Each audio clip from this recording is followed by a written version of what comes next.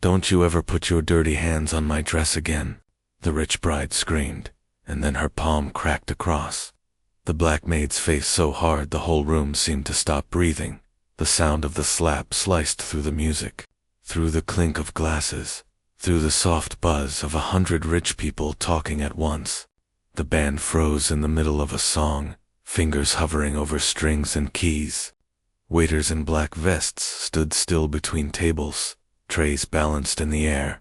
In the center of the ballroom, under a chandelier that costs more than her whole yearly pay, Amara stood with one hand to her cheek, gold confetti at her feet, her cleaning rag still clutched in her other fist. Her eyes stung, but it wasn't from the hit. It was from a kind of shock that went deeper than skin, a hot, choking mix of shame and anger and something old that had lived in her bones since she was a little girl. It had happened so fast.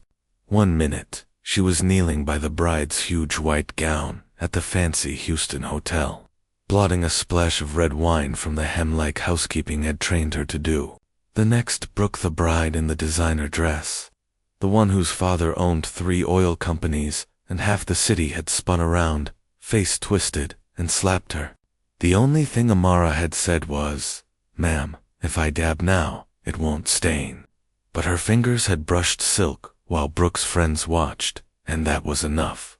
"Brooke, what are you doing?" a man's voice burst out, sharp and horrified. It was Daniel, the groom, standing just a few steps away in his dark blue tux, bow tie already pulled loose. He stared at his bride like he'd never seen her before. "You hit her." "She grabbed me," Brooke snapped, her chest heaving. "She almost ruined my dress." "Do your job," she spat at Amara, "and know your place." The words dropped into the quiet like stones, into shallow water. Amara's throat burned. She opened her mouth, then closed it. She needed this job. She needed the overtime from this big wedding to cover her mom's insulin and her little brother's school clothes. She could not afford to talk back to a woman whose family could have her fired with one phone call. So she did what her mother had told her to do her whole life when the world showed its teeth. She swallowed hard, lowered her eyes, and whispered, "I'm sorry," even though she WASN single quotes too. Daniel felt something tear loose inside his chest at that "I'm sorry" at the sight of a grown woman holding her face and apologizing like she was the one who had done damage. The ballroom around him faded, the flowers, the cake. The 200 guests watching this like a scene from a movie they couldn't look away from. He saw only Brooke's hand, still shaking, and Amara's brown eyes wide with hurt. "She doesn't have anything to be sorry for," he said, his voice strange in his own ears. Brooke whirled on him. "Are you serious right now?" she hissed. "It's our wedding, Daniel." "She touched me." She could have ripped the lace. "This dress is custom. It's worth more than her whole life." There was a soft, shocked "oh" from somewhere in the crowd. Amara flinched like the words were another slap. Daniel felt the room tilt. He thought of the little one-bedroom apartment he'd grown up in with his mom cleaning houses every day, coming home with swollen feet and bleach burns on her hands. He heard her voice, the one that had tucked him in at night, saying, "Baby, don't ever let money make you mean." "Stop," he said, but Brooke barreled on, facing the watching guests now, with a laugh that sounded like glass. "You all saw it," she said. "She grabbed my gown, she pulled it. These people are trained, right?" She shot a look at the hotel manager hiding by the bar. "Or do you just hire anybody off the street?" That did it. Something hard and cold settled under Daniel's ribs. He took 2 steps toward Amara and did something that made people gasp just as much as the slap had.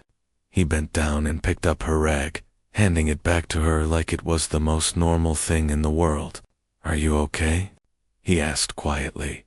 She stared at him, shocked. "I'm fine," she lied, her cheek already burned red against her dark skin. "I should get back to work." "No," Daniel said. He straightened, turning to face the crowd, his heart pounding. He had always been good with words in boardrooms, with investors and press, but this felt like trying to speak with a fist in his throat. Actually, I think I need a minute.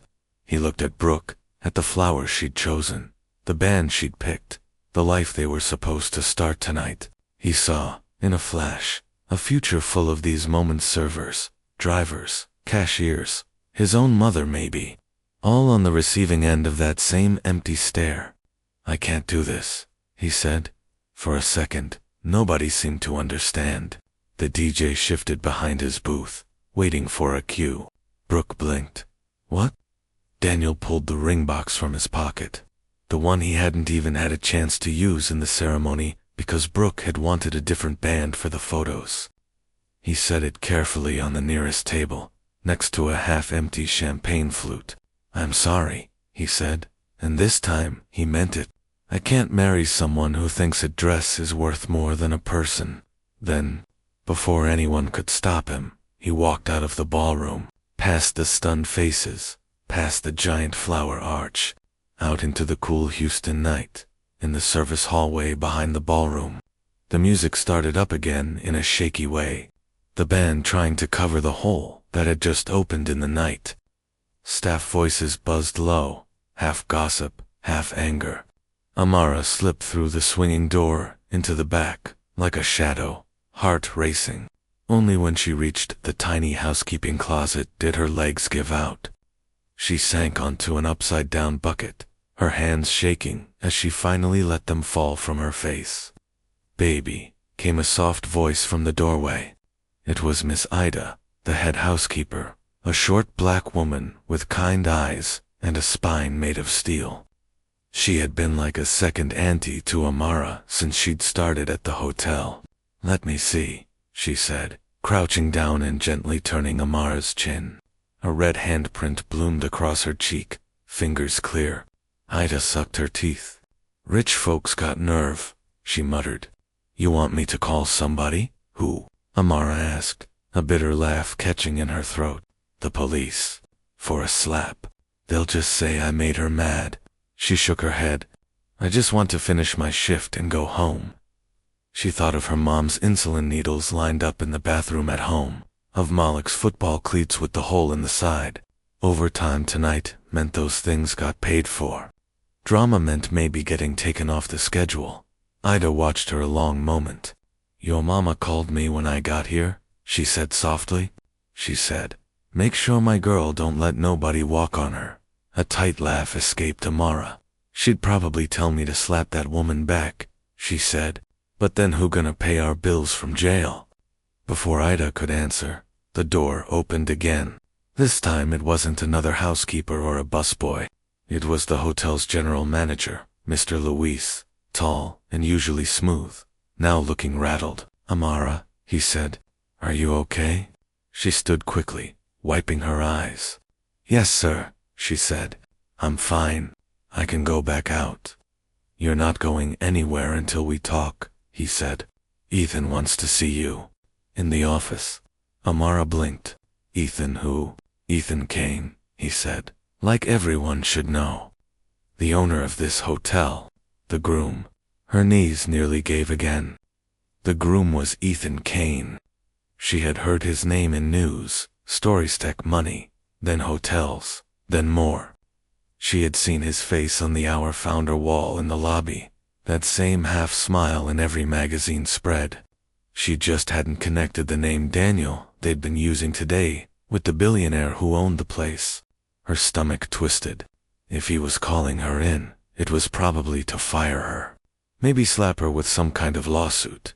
Rich people always found ways to make their mess your fault.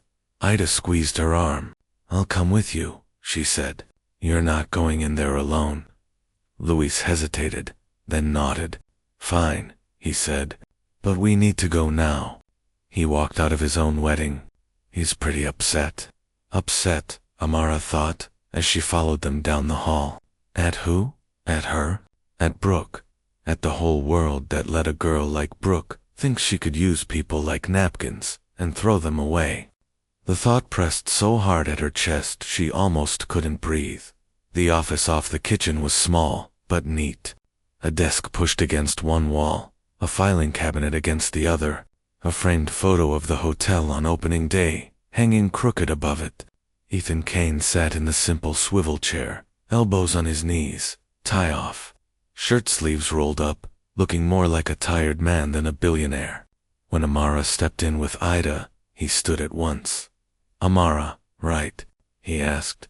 "Yes, sir," she said, hands twisting in front of her. He glanced at Ida. "You, her supervisor?"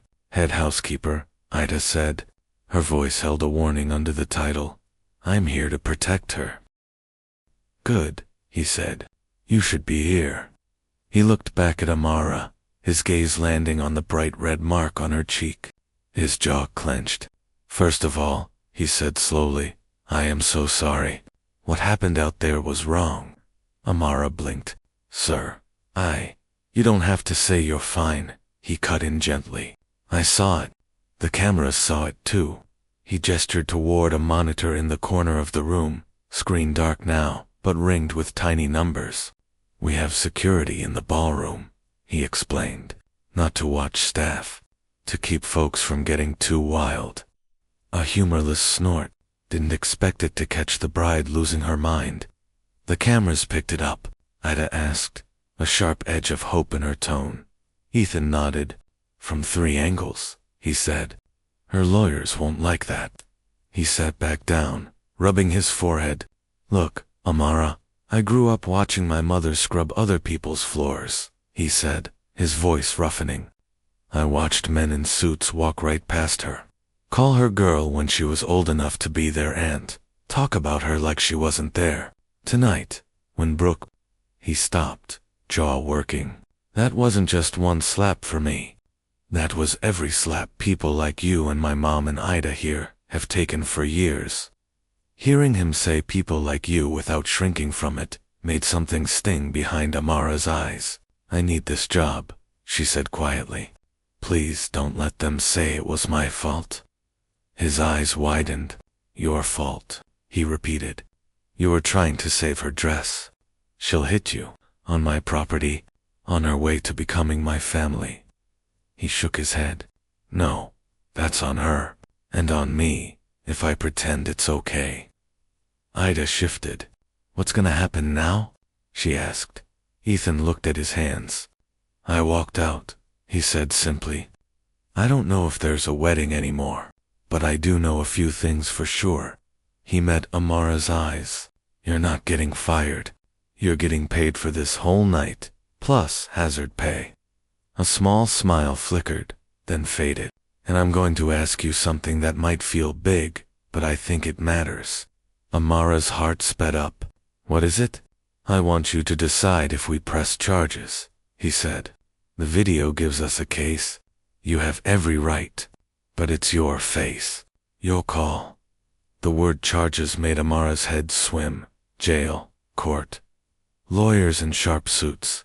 Her auntie used to say, the justice system was a machine that chewed up people like them. "I don't want to go to court," she whispered. "I don't want my name on the news like that. People will say I'm trying to get money." "You deserve money," Ida cut in fiercely. "Pain and suffering and all that." Ethan nodded. "You do?" he agreed. "But this doesn't have to be a trial. We can start with a demand for an apology, in writing, and a donation in your name to whatever you care about. Or we can do nothing legal, if that's what you need to sleep at night." He spread his hands. "I just don't want you going home thinking you're the one who did wrong." Silence settled. The hum of the soda machine in the hall sounded weirdly loud. Amara thought of her mom praying with her every morning before work, of her little brother watching videos about protests, and asking, why are they always doing black folks like that? She thought of the girls at her church who cleaned houses after school, of the way their bosses sometimes spoke to them in front of guests. Maybe, if this bride had to sign her name on paper admitting she was wrong, it would make at least one other rich girl think twice before letting her hand fly. "Can we? Can we write something that makes her see me?" Amara asked slowly. "Like not just sorry I got caught, but sorry I treated you like you're less." A corner of Ethan's mouth lifted. "We can try," he said. "My lawyers are good with words." I'll make sure they're your words this time. Ida nodded. And we write it big enough in that girl's heart. She can't forget it, she said, as they talked. Another truth waited quietly in the corner of the room. One Ethan had not yet said out loud. This moment was scratching at an old scar inside him. Pulling up a memory he tried not to touch. A tall man in his father's house, a broken plate on the floor, a black maid with tears on her cheeks, and a teenage boy, him standing frozen. Back then, he hadn't walked out. He had swallowed it, lived with it, let the guilt grow, like mold, in the back of his mind. Tonight, seeing Brooke's hand on Amara's face, he had felt that old shame rise up like a wave and crash into him. Walking out of the ballroom hadn't just been about who Brooke was. It had been about who he refused to be again. He cleared his throat. "There's something else," he said, turning to Amara. "Your last name is Johnson, right?" "Yes, sir," she said, surprised. "Amara Johnson." "My mother used to work with a woman named Laverne Johnson," he said slowly. She cleaned our house. She had a daughter about your age." His heart thudded. Is that your mother?" The room seemed to tilt for a second. Amara's fingers tightened on the back of the chair. "Laverne's my mama," she said. "She used to clean houses in River Oaks when I was a kid." She frowned. "She don't talk about those days much." "Why?" Ethan's throat went dry. "Because," he said, voice rough, "she practically raised me." The words tumbled out, pulled by years of being unsaid. "My parents were always going business dinners, trips, whatever.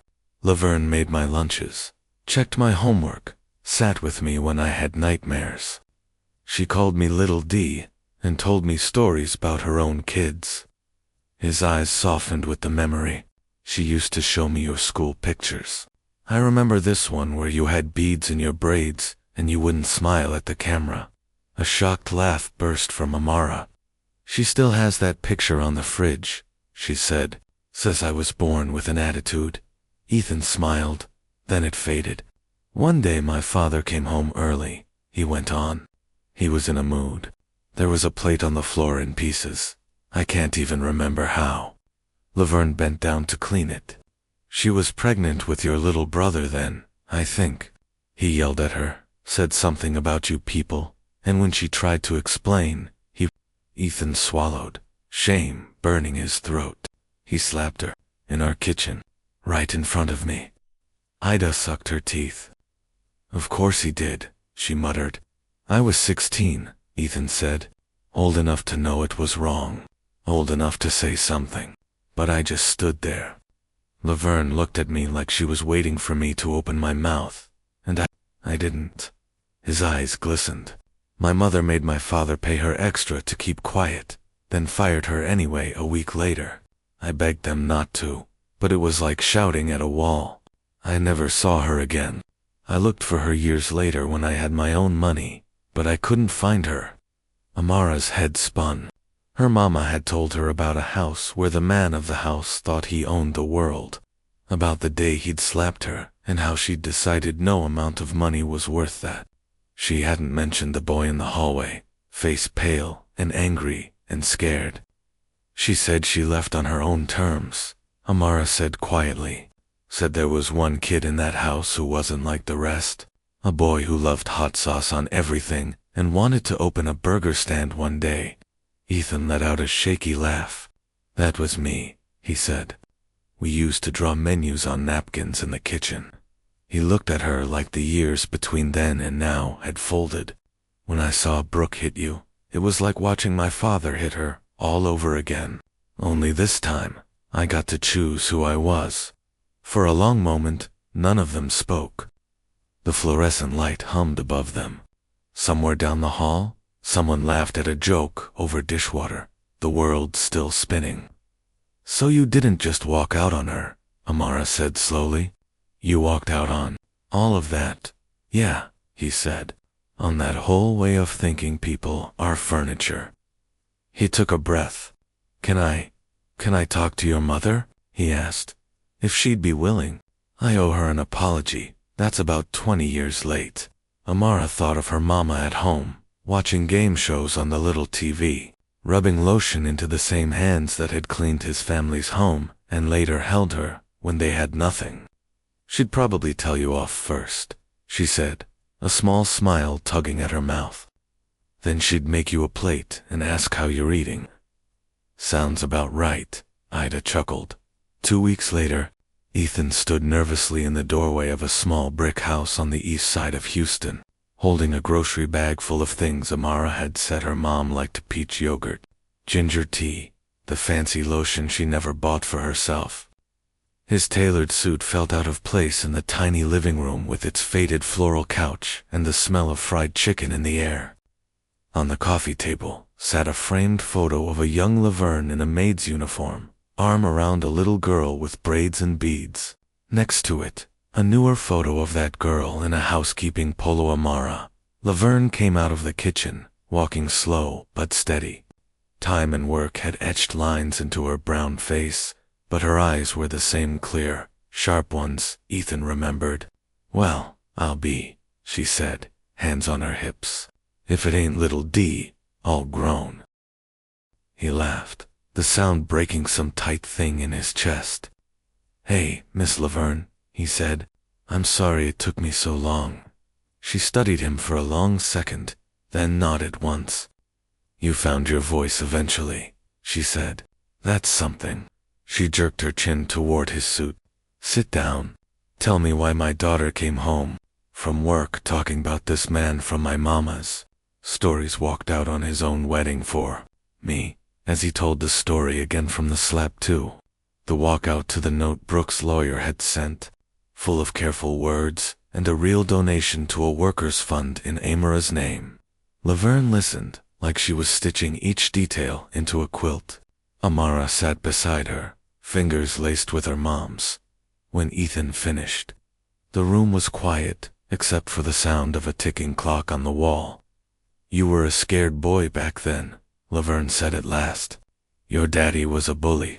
I never blamed you for being quiet, but I also didn't expect nothing from you." She looked at him hard, so when my baby called and said, "Mama, the boss man stood up for me. He walked away from all that money and pretty for me. I cried so hard I scared the cat." She shrugged. "I don't need your apology like a bandage. My Jesus handled that a long time ago. But hearing you say you ain't your daddy," her eyes softened. "That's healing I didn't know I still needed." Ethan swallowed around the lump in his throat. "I'm trying," he said quietly. "I can't change what I watched happen to you, but I can change what happens to Amara and to the other folks working for me." Amara looked between them, feeling the strange, deep way lives crossed. She had walked into work that day thinking she was just a maid in a big hotel, one wrong move from being thrown away. Now here she was, sitting in her mama's living room, with a man who had been a scared boy in a kitchen she'd never seen. All of them tied together by a slap and a choice and a word that had been heavy on their backs for years. Nobody, only now. It felt lighter. Back at the hotel, changes slowly took root. There was a new line in the staff manual now. Physical or verbal abuse of employees will result in removal from the property, no matter who you are. Ethan made sure those last 4 words were in bold. They held trainings where managers had to sit and listen to housekeepers and dishwashers talk about what it felt like to be invisible. They started a scholarship fund in Laverne's name for workers' kids, announced at a staff meeting where she sat in the front row, a little embarrassed, a lot proud. Amara kept working for a while, not because she owed anyone, but because she had bills and goals and a brother watching her. She also started taking night classes at the community college, studying human resources and social work, thinking about how she could make other workplaces safer. Some nights, when a guest snapped their fingers at her or sighed because their room wasn't ready, the old anger flared. But now it came with something else: a straightening of her spine, a quiet, steady "Sir, my name is Amara," that she wasn't afraid to say. People still told the story of the rich bride and the maid, but it changed in the telling. At first, It was about the drama, the slap, the walkout. Later, it became about the owner who chose his values over a shiny wedding, and the worker who chose to be seen instead of staying silent. In some versions, people made it sound neat and clean, like everything wrapped up in a bow. Amara knew better. Healing was messy. Brooke sent another letter months later, this one not from a lawyer, but in her own shaky handwriting, saying she was in therapy, that she was trying hard not to be that girl anymore. Amara didn't write back, but she hoped it was true, for all their sakes. On the anniversary of the almost wedding, the hotel hosted a staff dinner in the ballroom. No guests, no white dresses, just long tables, and food from every cook's favorite home recipe. Laverne sat at one end, laughing with Ida and the laundry crew. Malik tossed rolls into people's hands like a goofball. Ethan helped stack chairs at the end of the night, tie loosened, shirt sleeves rolled up. Just another man cleaning up a room he loved. Amara stood in the center for a moment, looking up at the chandelier that had watched it all. She imagined the ghosts of that night, the slap, the silence, the walkout fading under the sound of her people's voices. She thought of her younger self, the one who had whispered, "I'm sorry," with a hand on her burning cheek, and wished she could reach back and tell that girl, "You are not small. You are not nothing. Their money can't name you." She felt a warm hand slip into hers. It was her mother's. "You did good, baby," Laverne said simply. "So did you," Amara replied. "You left their house. He left that wife. Feels like we all walked out of something." Laverne chuckled. "Walked out and walked up," she said, and as the lights dimmed and the last dishes were stacked, Amara knew in her bones that no matter how big the room or how rich the people in it, the true measure of a heart is not the price of the dress or the size of the ring, but the courage to walk away from anyone who treats another person like they are less than a somebody.